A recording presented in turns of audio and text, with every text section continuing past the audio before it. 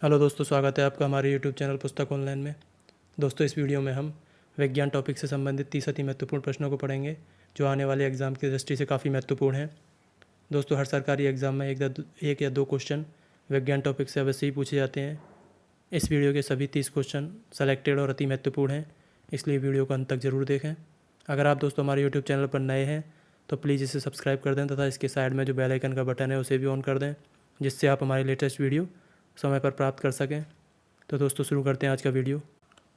Question number 1, Lebanon की राजधानी Beirut में विस्फोट किस कारण से हुआ? तो इसका सही answer option A, ammonium nitrate हो जाएगा। दोस्तों, लेबनान के बेरूत पोर्ट सिलोस नाम के बंदरगाह पर अमोनियम नाइट्रेट का एक वेयरहाउस था जिसमें एक खतरनाक विस्फोट हुआ जिसके कारण कई लोगों की जान गई थी। अमोनियम नाइट्रेट दोस्तों, जिसका केमिकल फार्मूला NH4NO3 होता है, एक विस्फोटक के रूप में जाना जाता है। इसके अलावा अमोनियम नाइट्रेट का उपयोग उर्वरक बनाने में भी किया जाता है। नेक्स्ट है क्वेश्चन नंबर 2, गोबर के सड़ने से कौन सी गैस बनती है? तो इसका सही answer option B, methane gas हो जाएगा। यानी कि दोस्तों, गोबर के सड़ने से मैथेन गैस बनती है और इसका जो केमिकल फार्मूला होता है वो CH4 होता है। मैथेन को मार्स गैस के नाम से भी जाना जाता है और दोस्तों, यह एक ग्रीन हाउस गैस का उदाहरण है। CNG का जो मुख्य घटक होता है वो मैथेन गैस ही होती है। नेक्स्ट है क्वेश्चन नंबर 3, आवर्त सारणी के किस वर्ग के तत्वों को चैल्कोजेन तत्व के नाम से भी जाना जाता है? तो इसका सही आंसर ऑप्शन ए, 16 हो जाएगा। यानी कि दोस्तों, आवर्त सारणी के 16वें वर्ग को चैल्कोजेन तत्व के नाम से भी जाना जाता है। इसके अंतर्गत oxygen, sulphur, selenium, tellurium, polonium और लिब्रेमोरियम तत्व आते हैं। और दोस्तों, 17वें वर्ग को हैलोजन के नाम से भी जाना जाता है। इसके अंतर्गत फ्लोरीन, क्लोरीन, ब्रोमीन और आयोडीन तत्व आते हैं। नेक्स्ट है क्वेश्चन नंबर 4, किस वैज्ञानिक ने अष्टक नियम पर तत्वों की व्याख्या की? तो इसका सही आंसर ऑप्शन सी, न्यूलैंड हो जाएगा। यानी कि दोस्तों, न्यूलैंड नामक वैज्ञानिक ने ही अष्टक नियम दिया था। इस नियम के अनुसार कोई भी तत्व अपना स्थायित्व तभी प्राप्त कर पाता है जब उसके बाह्यतम कोश में 8 इलेक्ट्रॉन पूरे हों। और दोस्तों, मेंडलीव ने आवर्त सारणी में तत्वों को उनके परमाणु भार के आधार पर व्यवस्थित किया था। मोज़ले ने आधुनिक आवर्त सारणी दी जिसमें उन्होंने आवर्त सारणी में तत्वों को उनके परमाणु क्रमांक के आधार पर व्यवस्थित किया था। और डोवर्नियर ने त्रिक सिद्धांत दिया था। नेक्स्ट है क्वेश्चन नंबर 5, निम्न में से किसका उपयोग अर्धचालक यानी कि सेमीकंडक्टर बनाने में किया जाता है? तो इसका सही आंसर ऑप्शन ए, जर्मेनियम हो जाएगा। दोस्तों, सिलिकॉन और जर्मेनियम का उपयोग सेमीकंडक्टर बनाने में किया जाता है। नेक्स्ट है क्वेश्चन नंबर 6, सिरका में कौन सा अम्ल पाया जाता है? तो इसका सही आंसर ऑप्शन ए, एसिटिक अम्ल हो जाएगा। दोस्तों, एसिटिक अम्ल का जो केमिकल फार्मूला होता है वो CH3COOH होता है और यही अम्ल सिरके में यानी कि विनेगर में पाया जाता है। और दोस्तों, फॉर्मिक अम्ल जो होता है वो लाल चींटियों में पाया जाता है। साइट्रिक अम्ल नींबू में पाया जाता है, इससे आप ये भी याद रखेंगे। नेक्स्ट है क्वेश्चन नंबर 7, पारा यानी कि Hg धातु को किस में रखा जाता है? तो इसका सही आंसर ऑप्शन सी, लोहा हो जाएगा। दोस्तों, पारा जो होता है वो लोहे को छोड़कर सभी धातुओं के साथ उनका अमलगम बनाता है। पारा जो होता है वो लोहे के साथ कोई क्रिया नहीं करता है, इसलिए पारे को लोहे में रखा जाता है। और पारे का उपयोग थर्मामीटर तथा बैरोमीटर में भी किया जाता है। ट्यूबलाइट में भी सामान्यतः पारे की वाष्प का उपयोग किया जाता है। जल के अंदर फास्फोरस को रखा जाता है और केरोसिन के अंदर सोडियम को रखा जाता है। नेक्स्ट है क्वेश्चन नंबर 8, यदि किसी व्यक्ति का पृथ्वी पर भार 600 न्यूटन है तो चंद्रमा पर उसका भार कितना होगा? तो इसका सही आंसर दोस्तों 100 हो जाएगा। दोस्तों, इसे सॉल्व करने के लिए हमें एक चीज़ याद रखनी होगी। चंद्रमा पर जो भार होता है व्यक्ति का वो पृथ्वी पर भार का 1/6 गुना होता है। इसलिए पृथ्वी पर भार कितना है? 600 न्यूटन है। इसका 1/6 कितना होगा? 100 न्यूटन हो जाएगा। अर्थात यदि पृथ्वी पर किसी व्यक्ति का भार 600 न्यूटन है तो उसका चंद्रमा पर भार कितना होगा? 100 न्यूटन होगा। नेक्स्ट है क्वेश्चन नंबर 9, फलों को कृत्रिम रूप से पकाने में किसका प्रयोग किया जाता है? तो इसका सही आंसर ऑप्शन ए एथिलीन हो जाएगा। यानी कि दोस्तों एथिलीन की सहायता से ही फलों को कृत्रिम रूप से पकाया जाता है। मैथेन को मार्स गैस के नाम से भी जाना जाता है। यह सीएनजी का मुख्य घटक भी होता है। ब्यूटेन जो होता है वो एलपीजी का मुख्य घटक होता है। और ओजोन गैस जो होती है वो सूर्य से आने वाली पराबैंगनी किरणों से जीवों की रक्षा करती है। नेक्स्ट है क्वेश्चन नंबर 10। किस प्रक्रिया के द्वारा अल्कोहल बनाया जाता है? तो इसका सही आंसर ऑप्शन बी किण्वन प्रोसेस यानी कि फर्मेंटेशन प्रोसेस हो जाएगा। दोस्तों फर्मेंटेशन के प्रक्रिया के द्वारा ही अल्कोहल बनाया जाता है।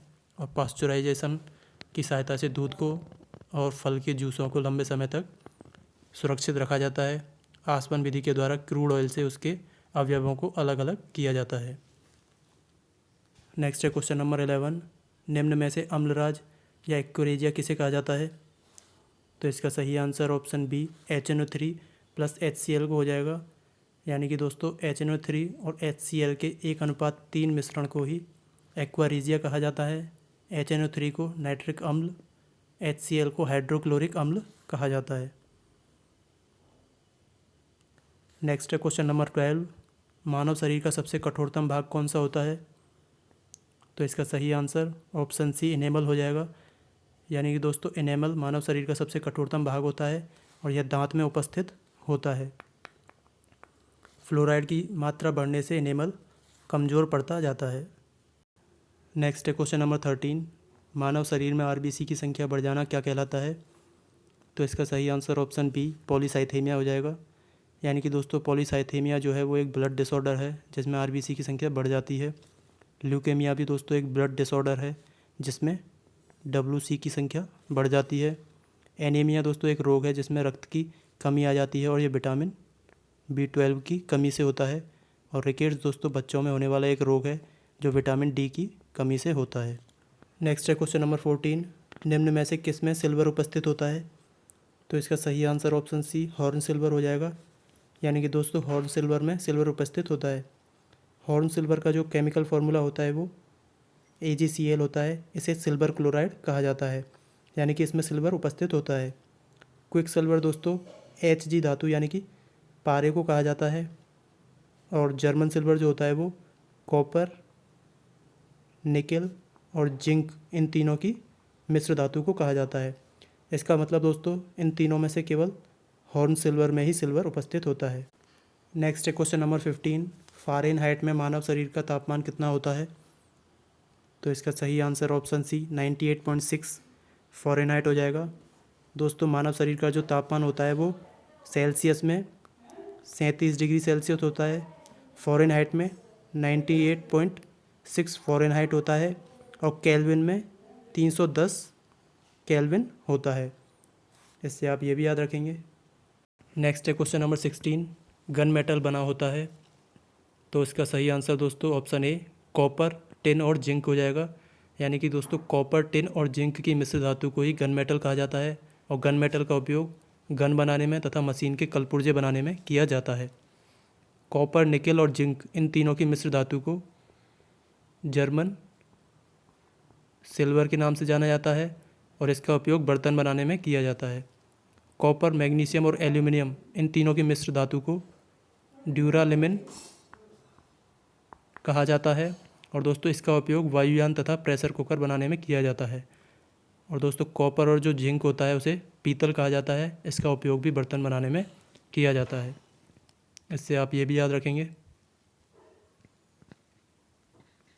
नेक्स्ट है क्वेश्चन नंबर 18। कांच पर लिखने के लिए किसका उपयोग किया जाता है? तो इसका सही answer option C hydrogen fluoride हो जाएगा। यानी कि दोस्तों हाइड्रोजन फ्लोराइड का उपयोग कांच पर लिखने के लिए किया जाता है। नेक्स्ट है क्वेश्चन नंबर 19। निम्न में से कौन सा एंजाइम दूध में उपस्थित कैसीन प्रोटीन को पचाता है? तो इसका सही answer option B renin enzyme हो जाएगा। यानी कि दोस्तों रेनिन एंजाइम जो होता है वो दूध में उपस्थित कैसीन प्रोटीन को पचाने का कार्य करता है। और दूध में कौन सा प्रोटीन उपस्थित होता है? कैसीन प्रोटीन उपस्थित होता है। इससे आप ये भी याद रखेंगे। और पेप्सिन एंजाइम जो होता है वो प्रोटीन को छोटे एमिनो एसिड्स में कन्वर्ट करने का कार्य करता है। टाइलिन एंजाइम जो होता है दोस्तों वो लार में उपस्थित होता है जो स्टार्च को माल्टोज में बदलने का कार्य करता है। और दोस्तों माल्टोज को ग्लूकोज में बदलने का कार्य माल्टेज एंजाइम करता है। इससे आप ये भी याद रखेंगे। नेक्स्ट है क्वेश्चन नंबर 20, कृत्रिम वर्षा में किसका उपयोग होता है? तो इसका सही answer option A silver iodide हो जाएगा। यानी कि दोस्तों सिल्वर आयोडाइड का उपयोग कृत्रिम वर्षा करने के लिए किया जाता है और इसका जो केमिकल फार्मूला होता है वो AgI होता है। और दोस्तों नाइट्रस ऑक्साइड, इसका केमिकल फार्मूला N2O होता है। इसे हास्य गैस भी कहा जाता है। नेक्स्ट है क्वेश्चन नंबर 21, कोई परमाणु धनायन कब बनता है? तो इसका सही आंसर ऑप्शन सी इलेक्ट्रॉन त्यागने पर हो जाएगा। यानी कि दोस्तों कोई परमाणु जब इलेक्ट्रॉन का त्याग करता है तो उस पर धनावेश आता है। उदाहरण के लिए NaCl में सोडियम जो होता है उस पर धनावेश होता है और क्लोरीन जो होता है उस पर ऋणावेश होता है। सोडियम पर धनावेश इलेक्ट्रॉन त्यागने के कारण आता है और इस त्यागे गए इलेक्ट्रॉन को क्लोरीन ग्रहण करता है, इसलिए इस पर ऋणावेश होता है। नेक्स्ट है क्वेश्चन नंबर 22, टेलीविज़न को स्टार्ट करने के लिए रिमोट से किस प्रकार की तरंगें निकलती हैं? तो इसका सही आंसर ऑप्शन डी इंफ्रारेड हो जाएगा। यानी कि दोस्तों टीवी के रिमोट से इंफ्रारेड तरंगें निकलती हैं। इंफ्रारेड तरंग जो होती हैं वो दोस्तों इलेक्ट्रोमैग्नेटिक वेव का उदाहरण होती हैं। इंफ्रारेड तरंगों को मानव की नग्न आँखों से नहीं देखा जा सकता है। प्रकाश तरंग जो होती है दोस्तों वो अनुप्रस्थ तरंग का उदाहरण होती है, अर्थात ट्रांसवर्स तरंग होती है। और ध्वनि तरंग जो होती है दोस्तों वो अनुदैर्घ्य यानी कि लॉन्गिट्यूडनल तरंग होती है। क्वेश्चन नंबर 23, वे सूक्ष्म जीव जो प्रकाश की उपस्थिति में अपना भोजन स्वयं बनाते हैं क्या कहलाते हैं? तो इसका सही आंसर ऑप्शन ए स्वपोषी यानी कि ऑटोट्रॉप्स हो जाएगा। दोस्तों स्वपोषी वो जीव होते हैं जिनमें पर्णहरित उपस्थित होता है और पर्णहरित की उपस्थिति के कारण ही वो प्रकाश की उपस्थिति में अपना भोजन स्वयं बना पाते हैं। इनका जो उदाहरण होता है वो शैवाल होता है। यानी कि शैवाल जो होते हैं वो स्वपोषी होते हैं। और दोस्तों परपोषी वो जीव होते हैं जो अपने भोजन के लिए दूसरे जीवों पर निर्भर रहते हैं। इसके अंदर कवक आते हैं। और दोस्तों मृतोपजीवी जो होते हैं वो अपने भोजन के लिए सड़े गले या मृत जीवों पर आश्रित रहते हैं। नेक्स्ट है क्वेश्चन नंबर 24, क्रोध, डर, मानसिक तनाव के समय कौन सा हार्मोन स्रावित होता है? तो इसका सही answer option B adrenaline hormone हो जाएगा। दोस्तों एड्रिनलिन हार्मोन जो होता है वो क्रोध, डर, मानसिक तनाव के समय अत्यधिक स्रावित होता है, जिससे हम संकट काल की परिस्थिति में शांत रहकर उचित कदम उठा सकें। थायरोक्सिन हार्मोन जो होता है वो थायराइड ग्रंथि के स्रावित होता है। इंसुलिन हार्मोन जो होता है वो अग्नाशय ग्रंथि से स्रावित होता है। दोस्तों इंसुलिन जो होता है वो ब्लड में ग्लूकोज की मात्रा को कंट्रोल करता है। इसकी कमी से अत्यधिक ग्लूकोज ब्लड में पहुंच जाता है। इस कंडीशन को डायबिटीज़ कहा जाता है। यानी कि डायबिटीज़ रोग जो होता है वो इंसुलिन हार्मोन की कमी से होता है। टेस्टोस्टेरोन जो होता है वो पुरुषों में स्रावित होता है और पुरुषों में जो लैंगिक लक्षण होते हैं उनको प्रेरित करता है। नेक्स्ट है क्वेश्चन नंबर 25, दांतों के अध्ययन से संबंधित विज्ञान को क्या कहते हैं? तो इसका सही आंसर ऑप्शन बी ओडोंटोलॉजी हो जाएगा। यानी कि दोस्तों ओडोंटोलॉजी में दांतों का अध्ययन किया जाता है। हेमेटोलॉजी में रुधिर एवं रुधिर से संबंधित रोगों का अध्ययन किया जाता है। ऑर्निथोलॉजी में पक्षियों का अध्ययन किया जाता है और न्यूरोलॉजी में तंत्र का अध्ययन किया जाता है। नेक्स्ट है क्वेश्चन नंबर 26, आइसोप्रीन किसका बहुलक है? तो इसका सही आंसर ऑप्शन ए प्राकृतिक रबर हो जाएगा। यानी कि दोस्तों आइसोप्रीन जो होता है वो प्राकृतिक रबर का बहुलक होता है। और दोस्तों प्राकृतिक रबर को विशिष्ट जाति के पेड़ों के लेटेक्स से प्राप्त किया जाता है। नेक्स्ट है क्वेश्चन नंबर 27, फोटोग्राफी प्लेट पर निम्न में से किसकी परत चढ़ाई जाती है? तो इसका सही आंसर ऑप्शन बी यानी कि सिल्वर ब्रोमाइड हो जाएगा। दोस्तों फोटोग्राफी प्लेट पर सिल्वर ब्रोमाइड की परत चढ़ाई जाती है तथा सिल्वर आयोडाइड का उपयोग कृत्रिम वर्षा में किया जाता है।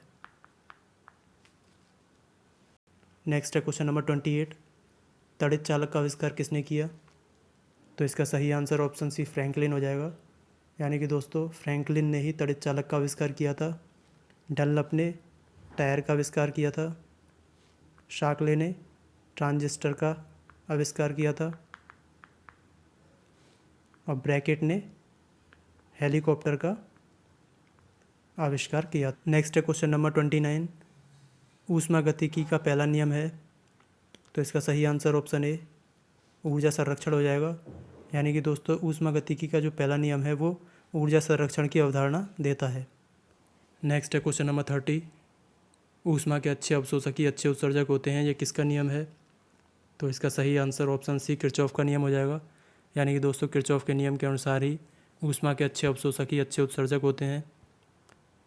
काली वस्तु जो होती है वो ऊष्मा का सबसे अच्छा अवशोषक मानी जाती है, इसलिए सर्दियों में काले कपड़े पहने जाते हैं।